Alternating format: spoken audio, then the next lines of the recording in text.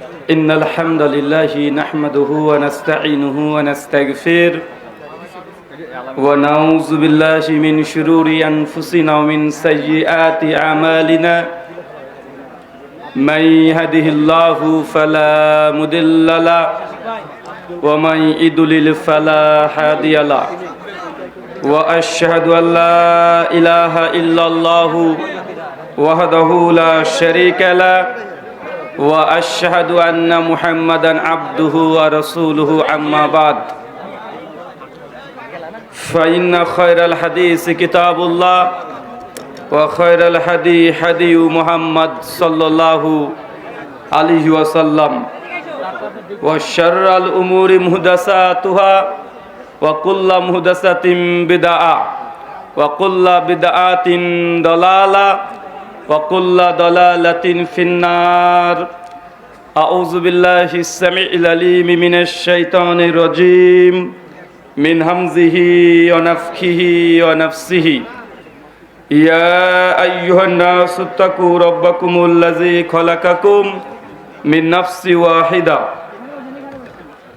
وخلق منها زوجها وبث منهما رجالا كثيرا ونساء واتقوا الله الذي تساءلون به والأرحام إن الله كان عليكم رقيبا يا أيها الذين آمنوا اتقوا الله وقولوا قولا سديدا يصلح لكم أعمالكم يغفر لكم ذنوبكم ومن يطع الله ورسوله فقد فاز فوزا عظيما قال رب اشرح لي صدري ويسر لي أمري واحلل عقدة من لساني يفقهوا قولي রব্বি জিদনি ইলমা ওয়াজিদনি ফাহমা। আজকের হ্যান্ডবিল কোথায় ভাই? Handbill leaflet. সমস্ত প্রশংসা সেই মহান সত্তা আল্লাহ সুবহানাহু ওয়া তাআলার জন্য, যিনি আমাদের সৃষ্টি করেছেন। শুধু সৃষ্টি করেননি, এই পৃথিবীতে সহস্র কোটি মাখলুকাত সৃষ্টি করার পরেও যিনি আমাদের এই মানব জাতিকে সর্বশ্রেষ্ঠ জাতি, সর্বশ্রেষ্ঠ মাখলুকাত এবং সর্বশ্রেষ্ঠ নবী মুহাম্মদে আরবি সাল্লাল্লাহু আলাইহি ওয়াসাল্লামের উম্মত হিসেবে প্রেরণ করেছেন, সেই মহান সত্তা আল্লাহ সুবহানাহু ওয়া তাআলার সংক্ষিপ্ত শুকরিয়া সুজুদ আদায় করি তার নিজেরই সে কোনো ভাষা দিয়ে। সকলে এক বাক্যে পড়ি আলহামদুলিল্লাহ। হাশিমপুর পশ্চিমপাড়া জামে মসজিদের উন্নতিকল্প এবং উদ্যোগে আজ ষষ্ঠ বার্ষিকী আজমুশান ওয়াজ মাহফিল, তারিখ 1 ফেব্রুয়ারি 2025 শনিবার, স্থান হাশিমপুর মোরাগাছা খোকসা কুষ্টিয়া। মহান সত্তা আল্লাহ সুবহানাহু ওয়া তাআলার কাছে দোয়া, এই প্রার্থনা আল্লাহ সুবহানাহু ওয়া তাআলা আজকের এই আলোচনা সভাটিকে সফল করার জন্য যারা সার্বিক দিক থেকে সাহায্য এবং সহযোগিতা করেছেন, তাদের প্রত্যেকের নাম স্বতন্ত্রভাবে নিয়ে শুকরিয়া আদায় করা সম্ভব নয়। তারপরেও আজকের এই চলন্ত সভার সভাপতি সাহেব, সহসভাপতি, অতিথি এবং বিশেষ অতিথি সহ দূর দূরান্ত থেকে যেসব দিনী ভাইয়েরা এবং বোনের আলোচনা শ্রবণের উদ্দেশ্যে একত্রিত হয়েছেন, পাশাপাশি যারা অর্থ, শ্রম, মেধা, দোয়া এবং পরামর্শ দিয়ে সহযোগিতা করেছেন, আল্লাহ সুবহানাহু ওয়া তাআলা তুমি তাদের প্রত্যেকের নেক নিয়াত এবং নেক আমলগুলোকে কবুল করে নাও। সকলে পড়ি আমিন। মহান সত্তা আল্লাহ সুবহানাহু ওয়া তাআলার কাছে দোয়া, এই প্রার্থনা আল্লাহ সুবহানাহু ওয়া তাআলা আমরা মানুষ, আমরা কম বেশি ছোট বড় ভুল ত্রুটি বিচ্যুতি গুনাহ পাপ অন্যায় করে থাকি। আজকের এই আলোচনা সভার ওসিলায় আমাদের পেছনের ছোট ছোট গুনাহগুলোকে তুমি ক্ষমা করে দাও। সকলে পড়ি আমিন। আজকে যে বিষয়ে গুরুত্বপূর্ণ আলোচনা হবে, আলোচ্য বিষয় ঈমান এনেও নবীজির উম্মত যারা না। বুঝতে পারলেন? মানে এটা বাংলা ভাষাতে বললাম, একদম আপনাদের বিশুদ্ধ বাংলাতে। ঈমান এনেছেন, আপনি মুসলিম, দাবি করছেন মুসলিম, নামাজ, রোজা, হজ, যাকাত সব আছে, কিন্তু কখন কখন আপনি যে নবীর উম্মত থেকে খারিজ হয়ে গেছেন, নবীর উম্মত হিসেবে আপনি নেই, এরকম গুটি কয়েক কথা আপনার সঙ্গে শেয়ার করব।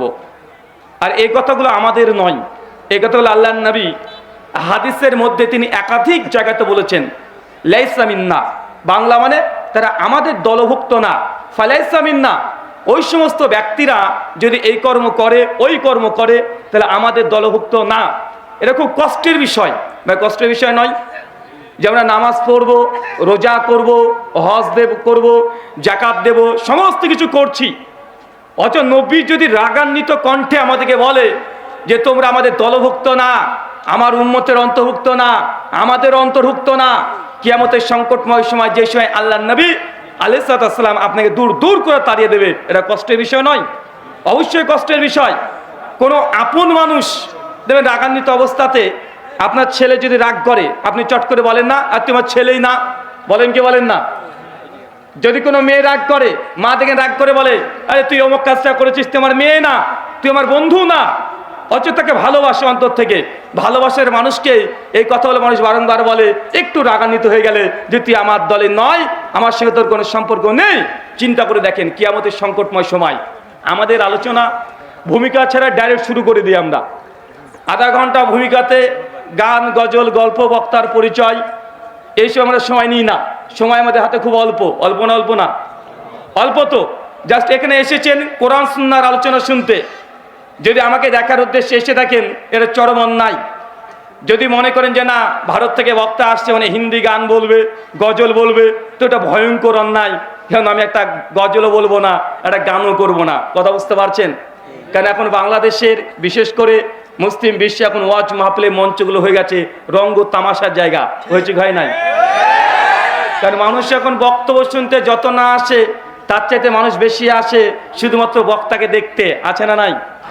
আর বক্তার কোয়ালিটিও অনেক, যে বক্তাকে দেখারই মতো। কেমন বক্তা? 36 ইঞ্চি বক্তা। আচ্ছা 26 ইঞ্চি মানে 10 কমে গেছে, এবারে হচ্ছে 28। তার মানে বক্তাকে মানুষ দেখতে আসে, আসে না ভাইজান? রাত্রে নারী ছিল, দিনে পুরুষ হয়ে গেছে, ও এখন বক্তা, আছে না? তো মানুষ এখন ওয়াজে হেদায়েত পাওয়ার আশাতে খুব কম মানুষ আসে। মানুষ আসে কি, ওই হুজুরটা আছে একজনই 10 জনের টোনে আজান দিতে পারে, এসে বক্তাকে বলে হুজুর এটা আজানটা দেন, ওই আজানটা দেন, মক্কা দেন, হুজুর শুরু করে দিল, আছে না নাই? একদম লিখিত আকারে বলে দেয় যে অমুক গজলটা বলেন, ওই যে মোবাইল গজলটা বলেন, এবার এসে বলা হয় না? তার মানে ইলমের মার্কাজটাকে আজকে নষ্ট করে দেওয়া হয়েছে। আলহামদুলিল্লাহ আহলে হাদিসদের এই ইলমি মার্কাজ এখন পর্যন্ত নষ্ট হয় নাই, এদের আল্লাহর শুকরিয়া আদায় করার দরকার আছে। দেখেন ওয়াজ করছে, বক্তা জিকির তুলে দিয়েছে, এমন জিকির তুলে দিয়েছে শ্রোতার একদম সামিনার উপরে উঠে পড়েছে, দেখা যায় না? বক্তা এমন ভাবে ওয়াজ করছে, বক্তা শ্রোতারা একদম ফানা ফিল্লা হয়ে গিয়ে একদম যতগুলো মুরিদ আছে উঠে এসে পীর সাহেবের সঙ্গে লিপ টু লিপ কিস করছে ডাইরেক্ট, দেখা যায় নাই? আর তারপর আপনাদের তাহেরি তো আছেই, ওর কথা আর বলা যাবে না। ওর আপদ মস্তক গোটাটাই যা করছে সবগুলোই মানুষকে হাসানোর জন্য, আছে না ভাইজান? তাই আমরা সময়টাকে অবচয় করতে চাই না। আমরা শুধুমাত্র আপনাকে জান্নাতের রাস্তা আর জাহান্নামের রাস্তা দুটো দেখানোর জন্যই এই আলোচনা সভা, লাখ লাখ মানুষ এখানে উপস্থিত আপনারা হন, আমাদের আলোচনা শুনতে আসেন, লাখ লাখ টাকা খরচ করে, শুধুমাত্র গজল শোনার জন্য নয়, শুধুমাত্র আপনার মনে খোরাকির জন্য নয়। আমরা সময়টা নষ্ট করতে চাই নাই। আলোচ্য বিষয় যে সব কর্মে বা যারা নবীর উম্মত নয়। চলেন আমরা একটা একটা করে আলোচনা করি।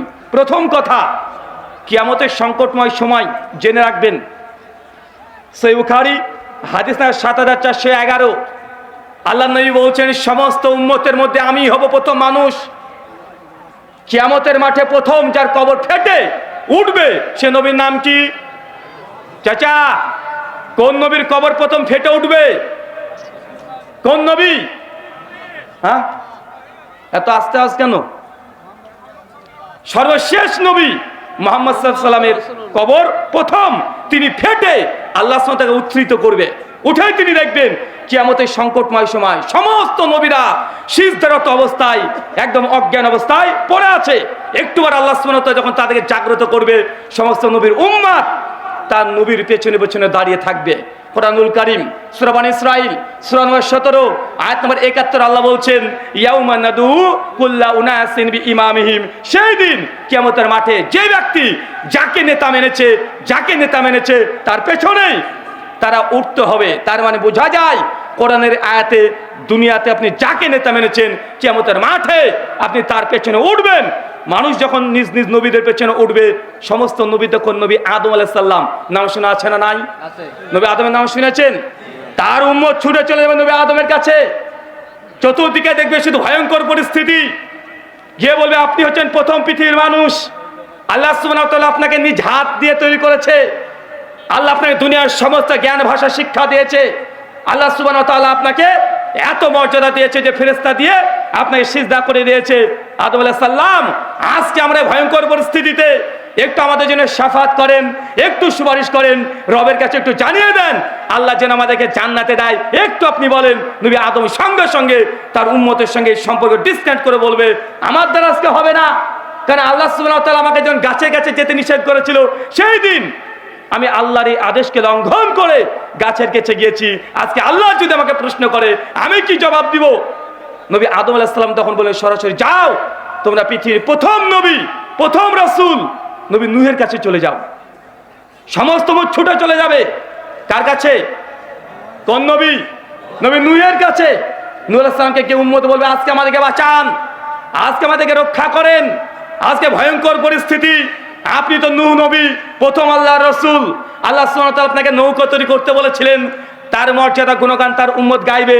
সঙ্গে সঙ্গে নবী নূহ বলবেন আমার দ্বারা আজকে এটা সম্ভব নয়, আমিও পারবো না। কেন? আল্লাহ সুবহানাহু ওয়া তাআলাকে বাদ দিয়ে আমি আল্লাহর কাছে দোয়া করেছিলাম আমার সন্তানকে যেন আমি নৌকাতে তুলতে পারি। আজকে আল্লাহ যদি এই প্রশ্ন করে আমি কি জবাব দিব? নবী নূহ আলাইহিস সালাম তো সম্পর্ক ত্যাগ করে দিবে। নূহ নবী বলবেন যে আমার দ্বারা হবে না, যাও। আবুল আম্বিয়া, সমস্ত নবীদের পিতা, নাম কি? নবী ইব্রাহিম। তাকে কেন আবুল আম্বিয়া বলা হয়? অধিকাংশ নবীদের পিতা তিনি। কোরআন হাদিসে যত নবীদের নাম পাবেন তার 90% নবীর বাপ হচ্ছে নবী ইব্রাহিম। কোন নবীর নাম বলবেন? ইয়াকুব, ইউনুস, যা বলবেন সব একদিকে চলে যাবে। কার কথা বলেন? নবী ইব্রাহিম। মানে তার বংশেই সবচেয়ে বেশি নবী এসেছে। নবী ইব্রাহিমের কাছে ছুটে ছুটে চলে যাবে দলবদ্ধভাবে। নবী ইব্রাহিম। আজকে আপনি আবুল আম্বিয়া, আল্লাহ আপনাকে গত উম্মতের জন্য মুসলিম জাতির পিতা হিসেবে ঘোষণা করেছেন, তিনি ইমাম। আজকে আমাদেরকে রক্ষা করেন। নবী ইব্রাহিম বলবে আমার দ্বারা আজকে হবে না।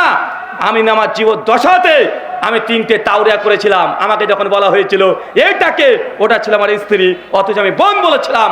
আজকে আল্লাহ যদি প্রশ্ন করে আমার কাছে কোনো জবাব নেই, তোরা যাও নবী ঈসার কাছে যাবে। ঈসা নবী, উনিও ছেড়ে দিবেন।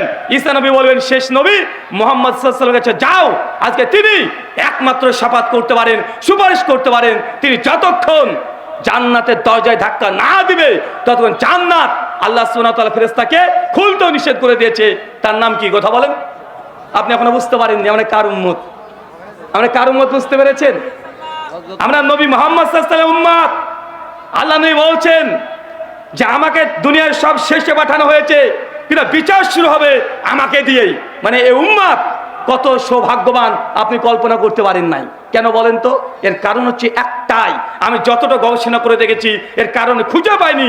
তবে এই কারণটা হতে পারে, এটা আবার জাতি ব্যাখ্যা।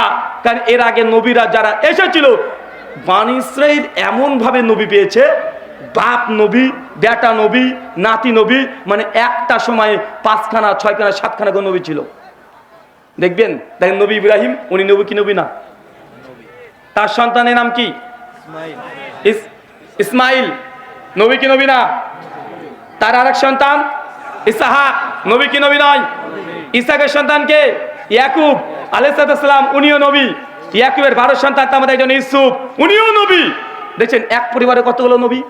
মানে একটা সময় সে উম্মতগুলো 8টা 10টা 5টা 6টা করে একই সঙ্গে তারা নবী পেয়েছে না? দেখেন নবী ঈসা, তিনি নবী। তার সময় আসছে নবী জাকারিয়া, তিনিও নবী। একই সময় আছে নবী ইয়াহইয়া, তিনিও নবী। দাউদ নবী, সুলাইমান নবী, সব এক সময়ে এত নবী। কিন্তু আমাদের ব্যাপারটা চিন্তা করে দেখেন, বাবা সে 1400 বছর আগের নবী দুনিয়া থেকে চলে গেছে। 1400 বছর এর মধ্যে আমরা নবীহীন অবস্থা আছে না নাই? আপনি আপনার নবীকে কখনো দেখেছেন? আমরা আমাদের নবীকে দুই চোখ দিয়ে দেখেছি, তার কণ্ঠস্বর শুনেছি, তারপরেও সে নবীর প্রতি কত ভালোবাসা, কত ভালোবাসা। আজকে এত মানুষ যে আপনারা জমাত হয়েছেন কেন? কারণ কি? আমার জন্য না, লাখ লাখ টাকা খরচ করছেন কেন? কি কারণ? শুধুমাত্র মুহাম্মদ সাল্লাল্লাহু আলাইহি ওয়াসাল্লাম সম্পর্কে জানতে এসেছেন আপনারা।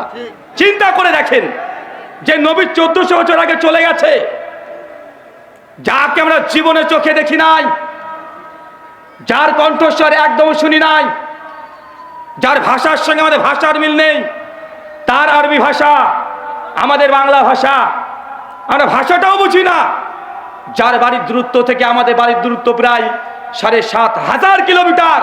কোথায় মদিনা আর কোথায় বাংলাদেশ? অনেক মানুষ চায় নাই সেখানে, তারপরে কত ভালোবাসা। তার বিরুদ্ধে কেউ যদি দুনিয়ার একটা মানুষ কটূক্তি করে, আমাদের ব্রেন নিতে পারে না, রাগ উঠে যায়। কেউ যদি বাপের বিরুদ্ধে বলে, মায়ের বিরুদ্ধে বলে, ছেলের বিরুদ্ধে বললে আমাদের ততটা রাগ হয় না, স্বাভাবিক রাগ হয়। কিন্তু নবীর বিরুদ্ধে কেউ যদি একটা বাজে মন্তব্য করে, বা গায়ে রক্ত টকবক করে ফুটে কি ফুটে না?